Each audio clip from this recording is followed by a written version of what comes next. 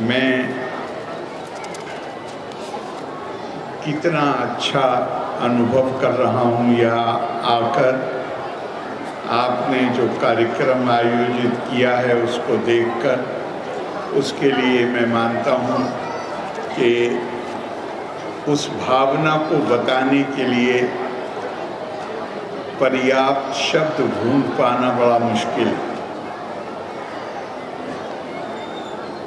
आप सारे इतिहास पर नज़र डालिए,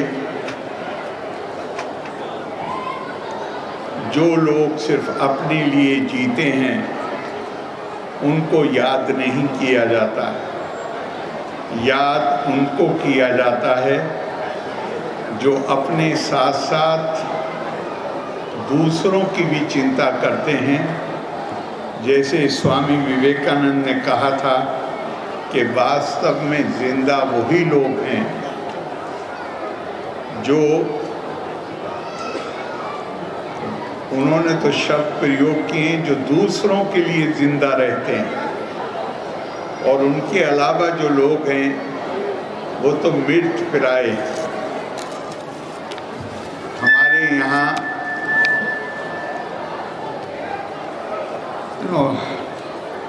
हर इंसान अपनी जिंदगी में खुशी चाहता है, खुशी चाहती, लेकिन जितनी भी खुशियां हैं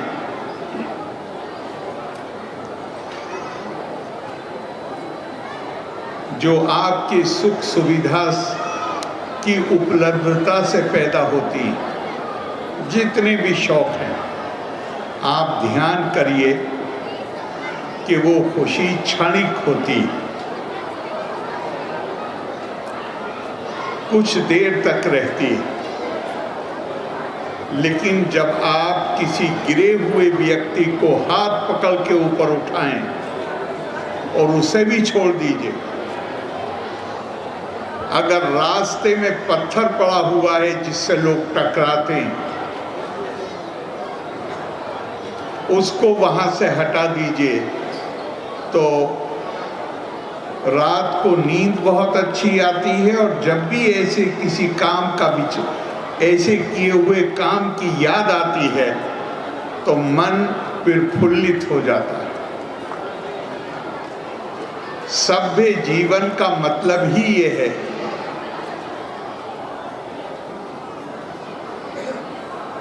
खुद धर्म की परिभाषा यही है।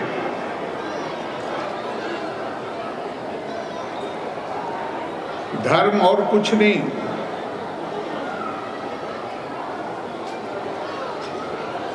मानव सेवा ही माधव सेवा है। हमारे यहाँ एक छोटी सी कहानी आती कि एक वैदिक ऋषि से ये प्रश्न किया गया कि सुखी जीवन जीने का क्या रहस्य है, कैसे इंसान सुखी जीवन जी सकता है।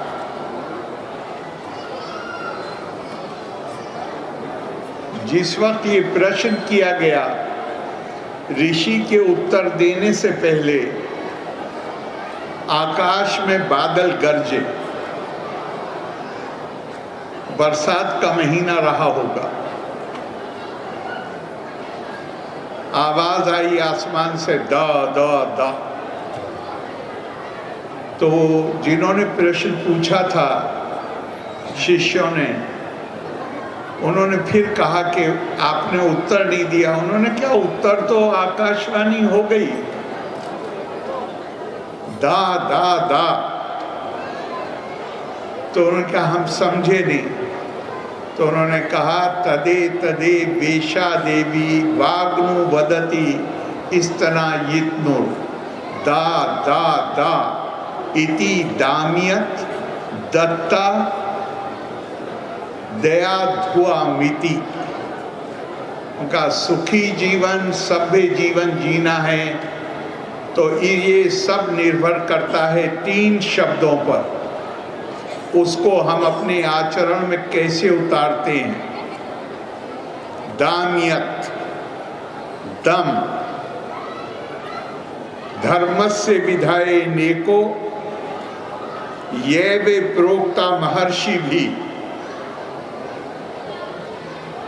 धर्म की विभिन्न व्याख्याएं की गई हैं। हर किसी ने स्वयं सम विज्ञानम आश्रित्य दमस्तेषाम परायणा, विभिन्न ऋषियों ने, मुनियों ने धर्म की अलग अलग व्याख्या की है, लेकिन एक बात पर सब सहमत हैं, और वो ये है कि सबसे बड़ा धर्म दम है। दम किसे कहते हैं? अपनी इच्छाओं पर नियंत्रण, मर्यादा को स्वीकार करना।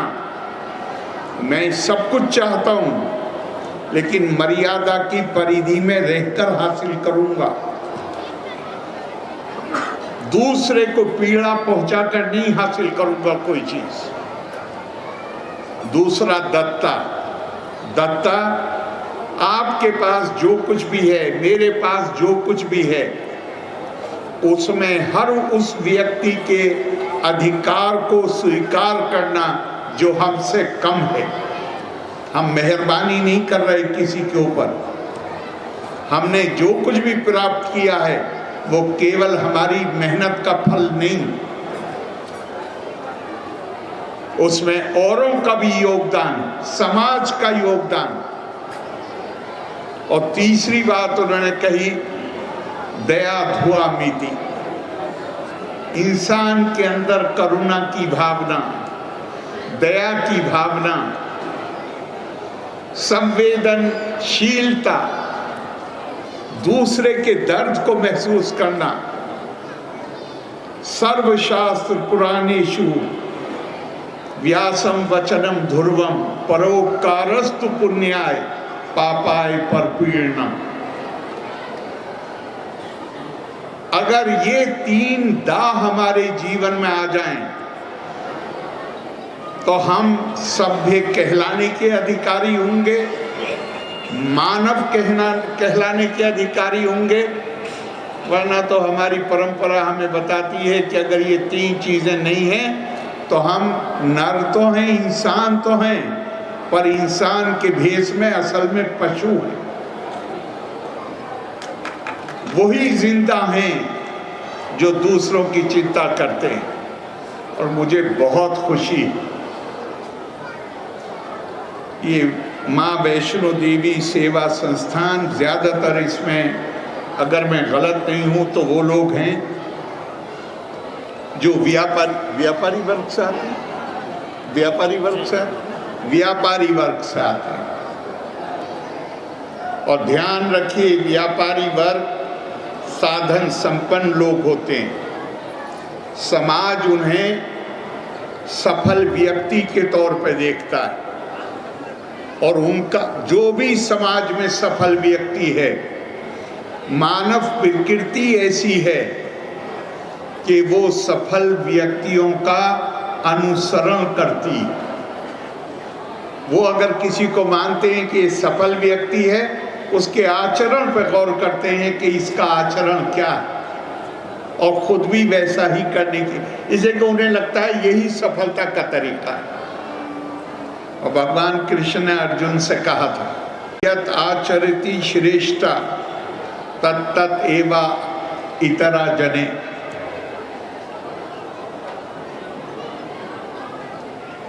सा यत् परमानम कुरुते लोका तत् अनुवर्तते।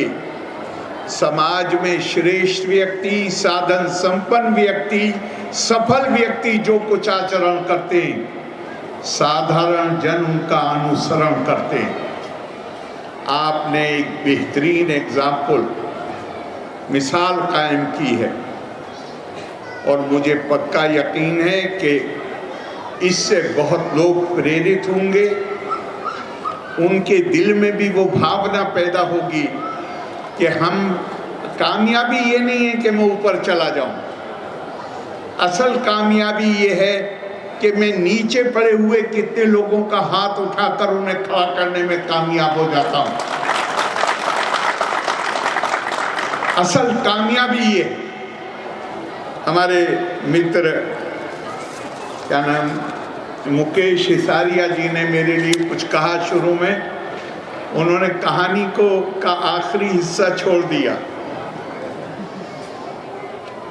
3/4 सुनाई, तो 3/4 सुनाने की ज़रूरत नहीं है।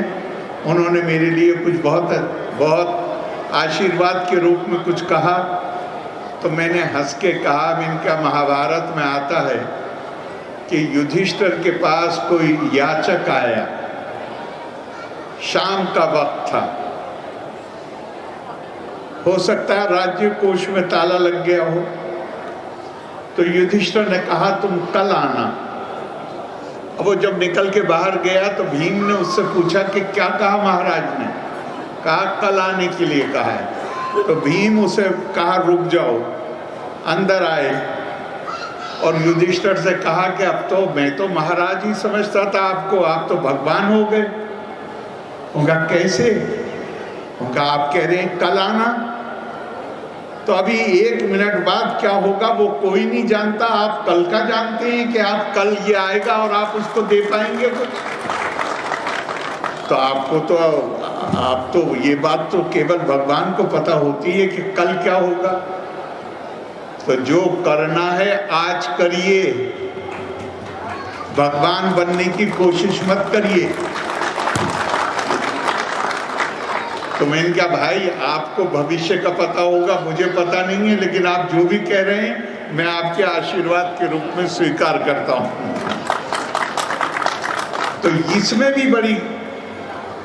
भी मुझे लगता है बड़ी सीख, और सीख ये है कि पुण्य कार्य करने में कोई देरी नहीं करनी चाहिए। हम नहीं जानते कि आगे क्या होने वाला है। मैं एक बार फिर आप सबको जो इस संस्था से जुड़े हुए हैं, जो इसकी समिति में हैं, जिनका सहयोग मिलता है, योगदान मिलता है इस समिति को, जो इनको प्रोत्साहित करते हैं, आप सबको बहुत अपनी शुभकामनाएं देता हूं, साधुवाद देता हूं, और ये आशा करता हूं कि जिस तरह आप इस तरह की बिना जहेज की शादियां करा रहे हैं, आप थैलेसीमिया के मरीजों की देखभाल कर रहे हैं, आप ब्लड बैंक चला रहे हैं, इस कार्य को और थोड़ा विस्तार दीजिए और समाज में एक संवेदनशीलता आनी चाहिए उन सभी लोगों के प्रति। हमारे अंदर संवेदनशीलता आनी चाहिए कि मेरे पास जो कुछ भी है, चाहे जो भी शिक्षा है, ज्ञान है, शारीरिक बल है, आर्थिक बल है, ये केवल काफी नहीं होते हैं जब तक इंसान के पास नैतिक बल नहीं होता। और नैतिक बल एक ही चीज से आता है कि आपके पास जो कुछ भी है, ज्ञान हो, आर्थिक बल हो, शारीरिक बल हो, उसे अपना मत समझिए, उसे दूसरों के लिए भी उसी तरह इस्तेमाल करिए। नैतिक बल उससे आता है। लोका समस्ता सुखिनो भवन्तु। धन्यवाद। जय हिंद।